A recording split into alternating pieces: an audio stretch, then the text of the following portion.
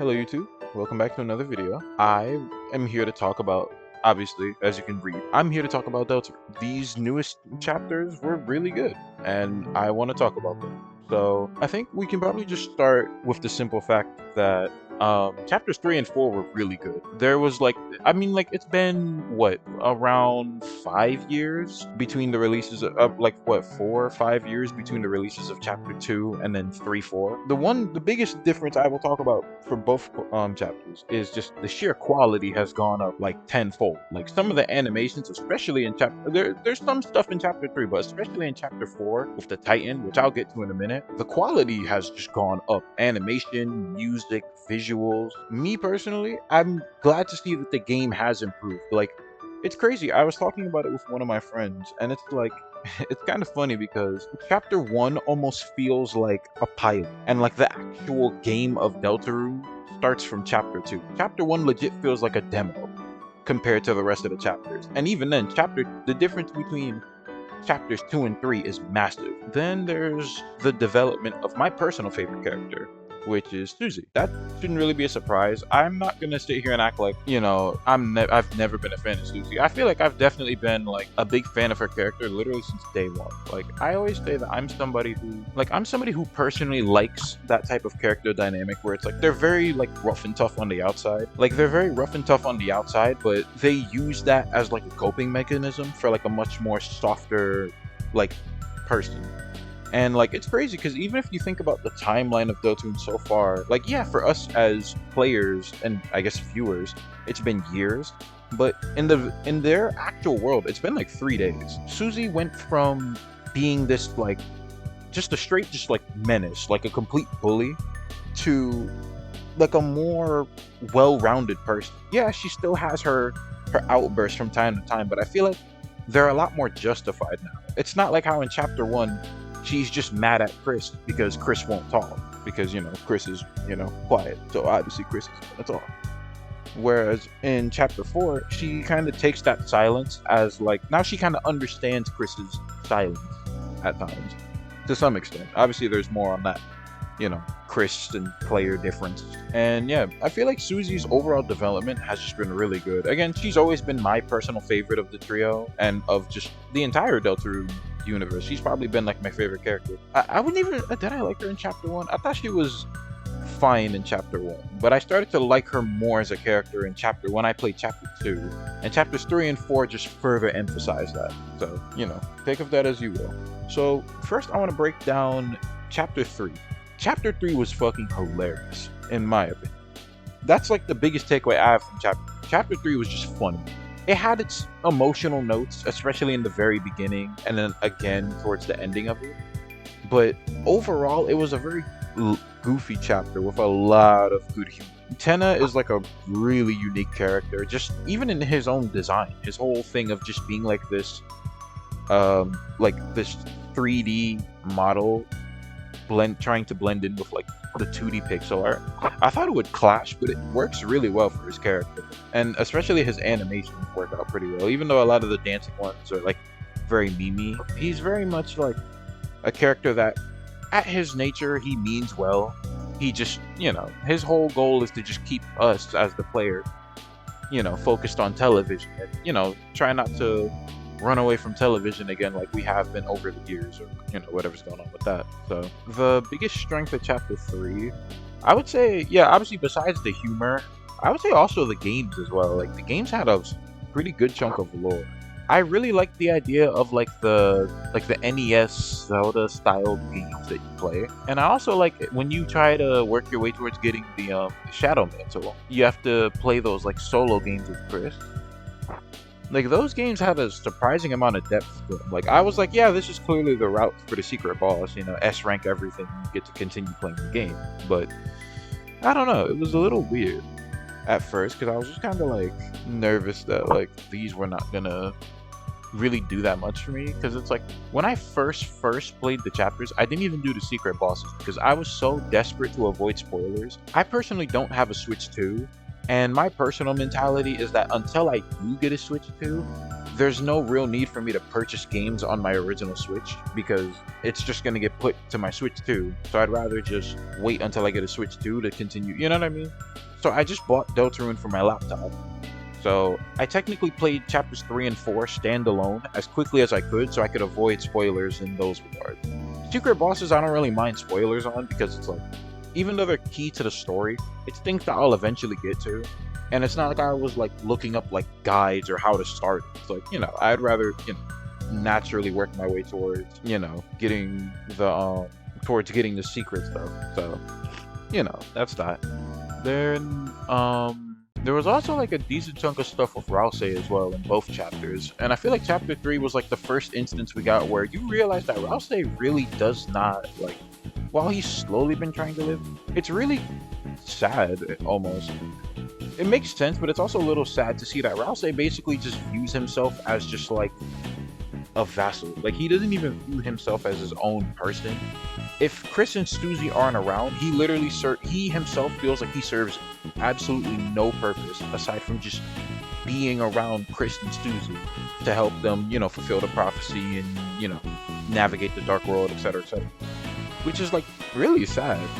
And it's expanded on more in chapter 4, but we'll talk about that. Even with chapter 3, I feel like the most notable things that I was personally a fan of were the mini games. Like, not just the physical challenges, but also Tenna's final boss. Not just actually, yeah, and his final boss, and also there's like some other stuff that you do when you're running around the, what would you call it? Running around TV World. That's the name of the song that plays. But you get my point. It's kind of funny to see these like WarioWare-esque like games. His boss fight, like the WarioWare mini games in his boss fight, were hilarious. I love that because they're clearly very goofy, but they all still somehow make sense. And again, this is also where I talk about, quality has gone up. Like, you can see it in like facial expressions and animations.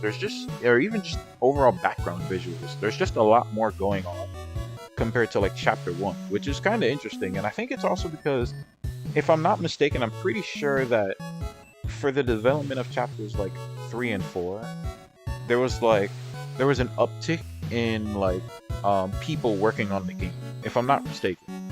So naturally with that, there's going to be just higher budget things going on because there's more hands on deck. And you can see that. You can see that in the ideas for character attacks. You can see that in the idea for, like I said, Tenna's WarioWare mini games.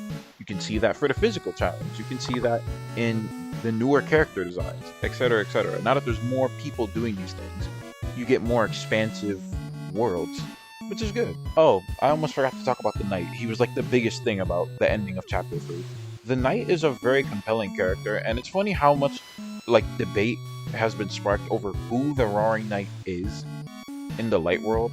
By the way, if I say Overworld and Light World, I just know it's the same thing. Y'all know what I'm talking about. I always get confused, and I don't think it matters that much. So, anyways, the Knight was an interesting character because I'm not gonna sit here and act like I'm like never anyone to theorize, but Deltarune is one of those games where like I don't think any plot twists that occur aren't gonna be like the most like out of nowhere things possible. I've seen a lot of theories from people saying that the Knight might possibly be Des, or like Noelle's sister, or the Knight could be Carol, or Noelle's mother. So I can kind of see it going both ways. Des makes the most sense. Like, I've seen a couple of videos, like shorts and stuff, where like you can see the parallels, like when you, especially in chapter 4, when you, which, let's just segue to chapter 4, because I keep saying I'll give y'all a minute. I've pretty much said everything I've needed to about chapter 3, but yeah, it was just really good.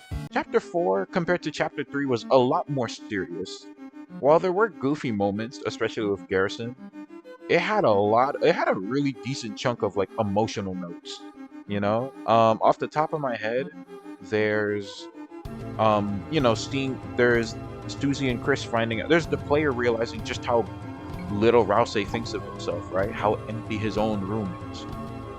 The way how he knows so much about the prophecy, yet doesn't want to tell us because he doesn't know how much he can say. There's the point when Susie figures out that even though we get to see Garrison in the Dark World, in the Light World, he's actually dead, and he's been that way for a long time, as you can see from the dust in the snow globe. Oh yeah, there was also Well, first off, the whole prophecy as well had a lot of interesting things on it. There's some funny stuff, like stuff about Jockington and some stuff about Queen, but there was also an interesting one towards like Asgore, which made a lot of people seem like the next chapter is going to have a lot of Asgore related content, which, you know, I wouldn't mind. I'm curious to see what his character is like in this world. Oh, there was also like Susie's crash out on Rousey. When she realized that Garrison was dead and that Rousey basically explained that he knew that Garrison was dead in the light world, and that it was just possible for him to come back in the dark world. And Susie was like, you could have easily just told us this, so it could save her the grief. You know what I mean? Because Garrison played a pretty big role in Susie's character development. You know, now she's gonna now she wants to take her healing abilities more serious. She's now when she attacks, she actually, like, you know, tries. She's not just, you know, me have big axe, me swing hard. It's like, no, now she actually wants to try and fight with some level of coordination, right? Even the final attack on the Guardian, which, by the way, that Titan battle was beautiful. That was amazing. Yeah, the Titan design was sick. The way how they made it, like, to where when you reach the end of that, like, bookshelf, and it looked like a human head and a face, and then just to reveal it was actually just like this creature wrap. That was a really, really good, like, that was a good animation trick, or I guess visual trick. I wouldn't call it an optical illusion, but y'all know what I'm saying. It looks cool. I'll put a little clip of it on screen. It looks cool. Just know that. It really does suck to see, like, how much, like, Rousey knows, and he doesn't know what to do with this information. He kind of, in my head, he feels a little bit like Sans in the sense that he kind of knows, at least, well, no, because Sans kind of just knew everything. That's not really a great comparison, is it?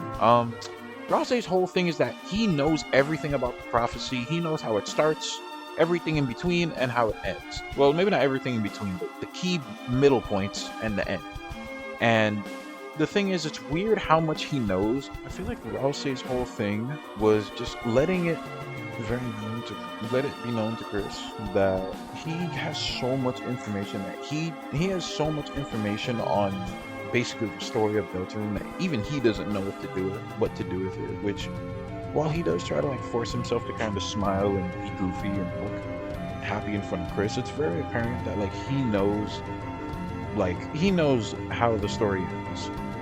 And technically so does Susie. I don't know if Chris technically saw how the prophecy ends, or if he has any more information because of his, you know, weird relationship with the Knight, but as far as I know, it's interesting to see how Susie broke that prophecy before us as viewers can see it.